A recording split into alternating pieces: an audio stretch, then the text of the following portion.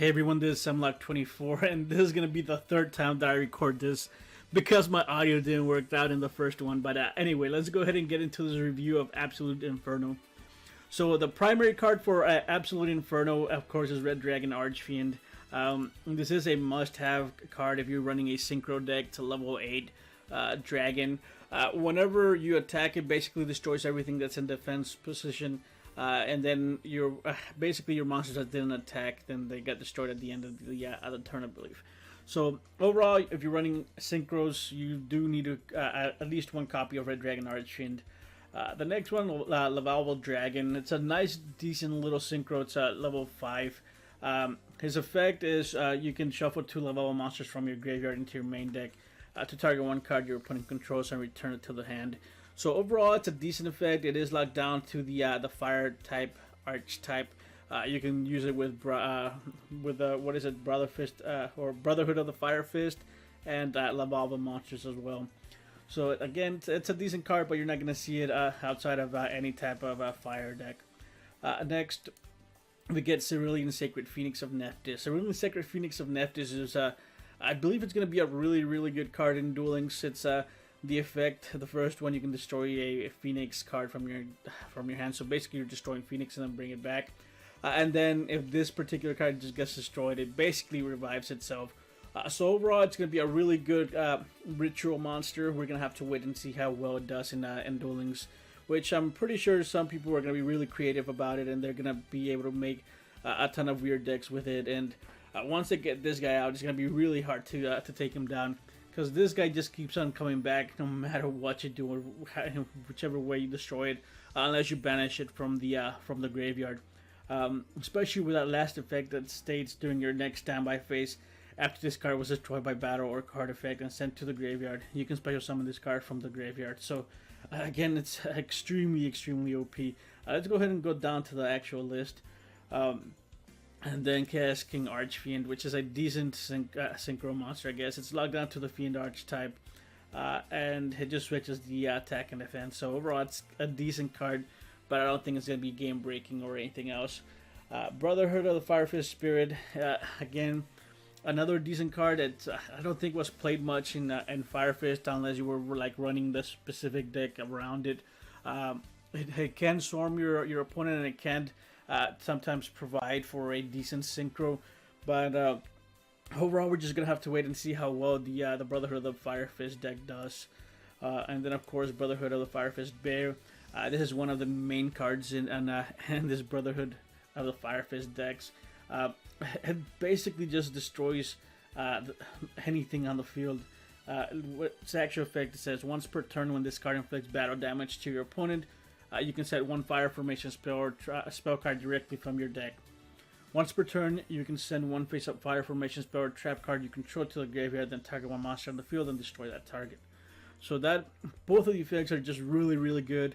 They did balance the card out by having a 1600 attack, but that doesn't really matter because you're just going to be using just the effects for it to search everything out. Vice Dragon is kind of like a Cyber Dragon wannabe. I guess it would be decent in a skill drain deck, but again, if whenever they release skill drain, by that time I think we are gonna have Cyber Dragon, so I don't think it's gonna see much of any play. Maybe whenever Exceeds come out, it could be a decent level 5 special summon, and basically that's about it. You can also do it for I don't know, if you're doing synchros, this could also be a decent addition to like a tricky deck, since it is another level 5. Alright, Living Fossil I don't have too much experience with. Let's see, activate this card by targeting one level 4 lower monster. Alright, so this is the one that just special summons to level 4 and halves its attack and negates its effect. So overall, it's kind of like a Monster Reborn replacement. Next, the last Ultra, and I think this card brings back a ton of memories. Dark Bribe, really good. It used to be really good, and what was it? It was like a skill drain burn, or just like a standard burn deck. This card was just insane. If you don't know what it does, it's when an opponent's spell or trap card is activated, your opponent draws one card and also negate the spell or trap activation, and if you do, destroy it. So basically, the counter deck or burn deck or basically any if you want to just negate anything, this card is the card to have. Dark Bribe. I remember that in the TCG was out of one of the, I think it was a PSP game that it came on originally, and this card was crazy when it came out because a lot of people wanted it. I remember having a ton of copies because I actually went out to I think to a local GameStop and I bought a ton of games. I think I spent like over $500 in just pure games just to get several copies of Dark Bribe because I was running a burn deck in a I think it was a Shonen Jump tournament. It wasn't called YCS back then. It was a Shonen Jump tournament, but I did decently in that particular tournament. I didn't top like or anything, but overall, it's a really good card, and I think it's one of the. I think it is the best card in this particular box. And I think it's a little bit better than Red Dragon Archfiend, to tell you the truth. So I'm just gonna go ahead and say it is the best card in the entire box. Brotherhood of the Firefist Horse Prince, again another thing that's locked down to the fire archetype. And if you're running Firefist, you're gonna run this card. Otherwise, you're really not gonna run much of anything. Devotee of Nephthys is a level 2 ritual. I'm not really sure what it does. Let's see. You can ritual summon this card with Rebirth of Nephthys. You can only use each of the following effects of Devotee of Nephthys once per turn. If this card is ritual summon, you can activate this effect. Special summon one Nephthys monster from your deck. Also, during the end phase of this turn, destroy this card. If this card is in the graveyard, you can destroy one Nephthys card in your hand. And if you do special summon... Oh, that's actually really good. Oh, I think you can make a full deck just around this card and just leave the Cerulean Sacred Phoenix of Nephthys kind of out. I think... Well, I think I'm going to have to try a deck around this thing. The overall effect to get a Phoenix extremely quick to the field is just insane. Maybe running it with Duel. We're just going to have to try different strategies when it comes to this, and we're going to have to wait and see what the community does with it. I think the Devotee of Nephthys, I think it's a little bit of a better ritual than Cerulean Sacred Phoenix because you can get a Phoenix straight from the deck. We're just going to have to wait and see. I think this is going to be a card to look out for.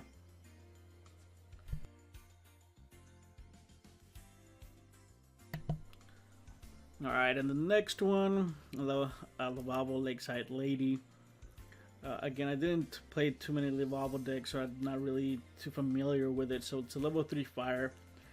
A Pyro Tuner effect. If this card is in your graveyard and you have 3 or more Laval monsters with different names in your graveyard, you can banish this card and one other Laval monster from your graveyard to target one set card your opponent controls and destroy that target. Alright, so that's a decent effect, I guess. Genix Allied Door Dark. I believe this was played in the TCG a lot.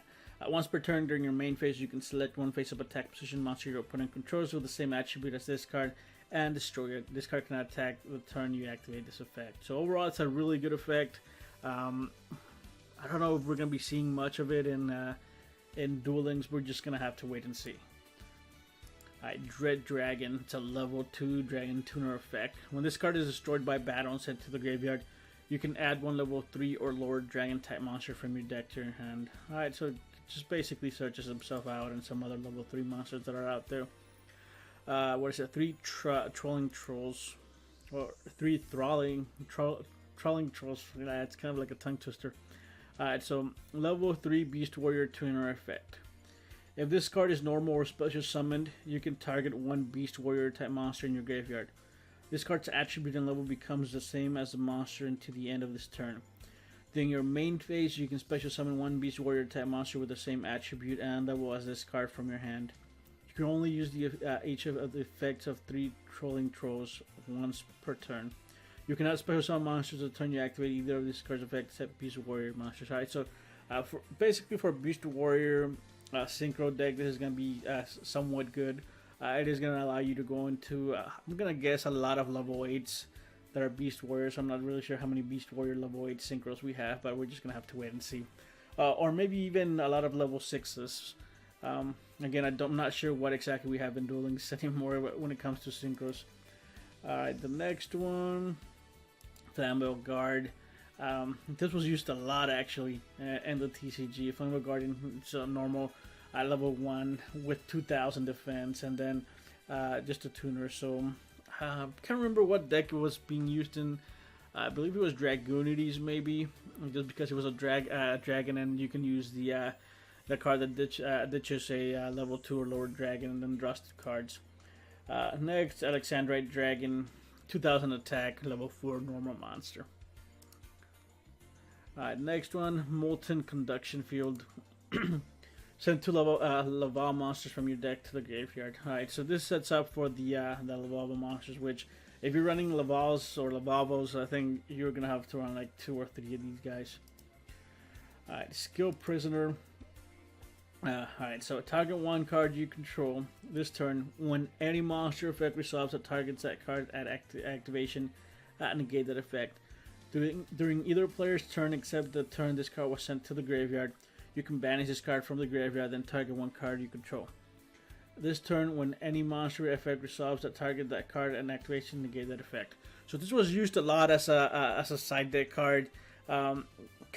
This was like maybe in the past 3 or 4 years it was being used a lot. So it's a good side deck card. I'm not really sure how well it's going to do in TCG. On this one, we're just going to have to wait and see. Alright, so Bad Aim. When your opponent's cards or effects is activated, target 1 card on the field. Other than that card, destroy it. I guess it's a decent little card, Bad Aim. I don't like cards that require your opponent to do something and then it does something else in return. This is really not something that I like. Alright, for the rest of them, we've got just Synchros, Laval Duel Slashers, Laval Dragoons. And I'm not going to go into every low rares, I don't think. You're just going to have to experiment with the rares by yourself. Brotherhood of the Firefist Kirin, Ancient Flammable Deity, Laval Lancebird, Lancelord, the Volcano Handmaiden, Brotherhood of the Firefist Boar, Brotherhood of the Firefist Caribou, Brotherhood of the Fire Rooster is actually a really good card. Disciple of Nephthys. Let's take a look at Disciple of Nephthys. During your main phase, you can destroy 1 card in your hand, and if you do add Nephthys, a monster from your deck to your hand, except Disciple of Nephthys. During your next standby phase, after this card was destroyed by a card effect and sent to the graveyard, you can add 1 Nephthys spell or trap card from your deck to your hand. You can only use each effect of Disciple of Nephthys once per turn. This is actually a really good card. I wonder why it wasn't like a super rare instead of a rare, since it's basically tutors the entire Nephthys archetype. Magical Golem, Last Hope of Nephthys, Fire Formation Yoko, Mind Trust, Dustwolf Blast. Alright, so there's a ton of just standard common cards in this particular box. But anyway, let's go ahead and leave it there. If you have any questions or comments, do leave them in the comment section below. If you are enjoying my content, do subscribe. And I'll see you guys next time.